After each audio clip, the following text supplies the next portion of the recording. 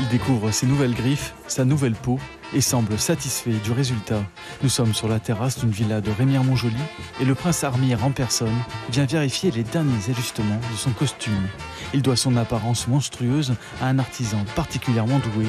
Ce spécialiste a dû composer le corps après en avoir aperçu la tête.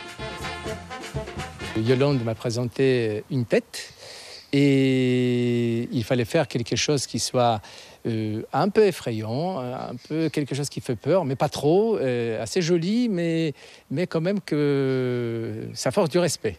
Et l'impératif, c'était de faire quelque chose que ça n'a jamais existé encore.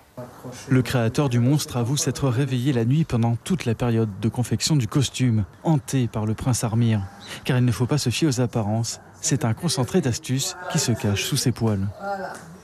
C'est effectivement plus de 100 heures de travail qui m'a fallu pour coudre tout ça, parce que tout est cousu à la main, puisque c'est les structures que j'ai un peu récupérées, et modifiées, modelées. C'est des moustiquaires, on a lu que j'ai déformé pour donner des formes à peu près monstrueuses, on peut dire. Un peu trop bas. Selon son entourage, le prince Armire devrait faire parler de lui dès demain matin au marché de Remire-Montjoly.